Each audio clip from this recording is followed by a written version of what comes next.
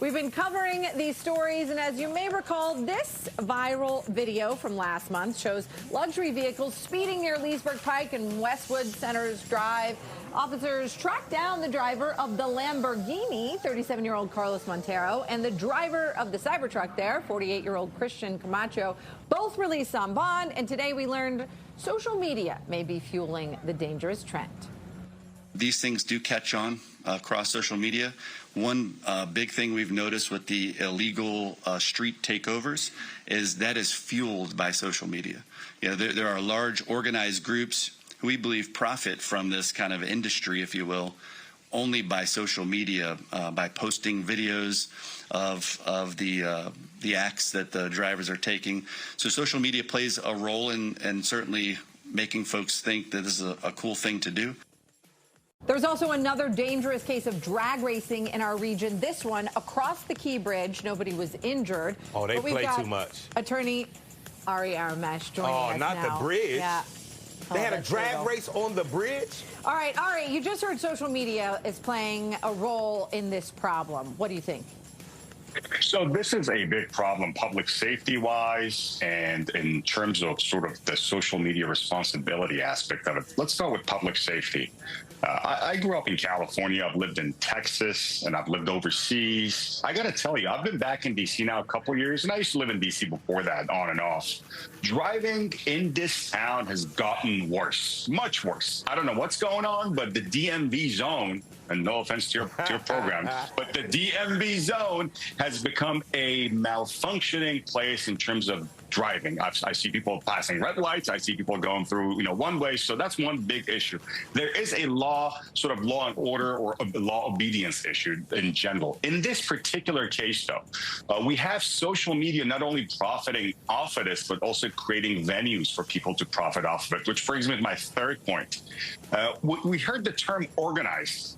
Well, it could be organized crime. If you are organizing to profit from a criminal enterprise, you're involved in organized crime. So there are laws we can use to combat this. But let's back up. First and foremost, you are responsible adults. The two culprits, one was 37, the other one was 40 some odd years old.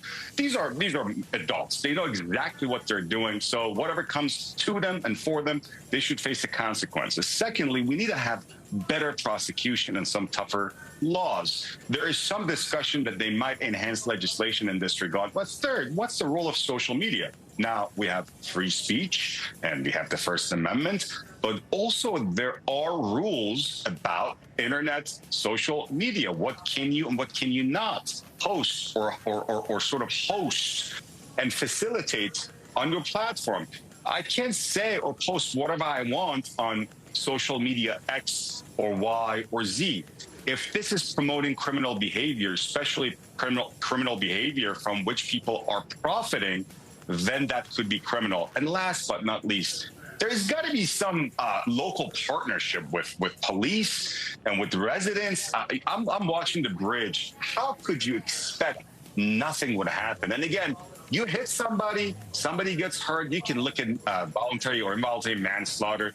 You're drunk or high and you kill somebody, you can look at murder charges. So be forewarned and word to the wise. Thank you, Ari, for all of that. I am just still sitting here kind of amazed at how brazen it is to have a drag race across the Key Bridge. Yeah, that's, I mean, look, if you're driving the Cybertruck, though, you already... Yeah, that's a whole nother story. Have no problem taking bold moves in your life. But the thing he said, though, these aren't kids. These are 30 and 40-year-old people doing this. So we like to say these kids are brazen. No, these are grown people who know better. Yeah. Racing across the Key Bridge of all... Man, somebody go fly off that bridge.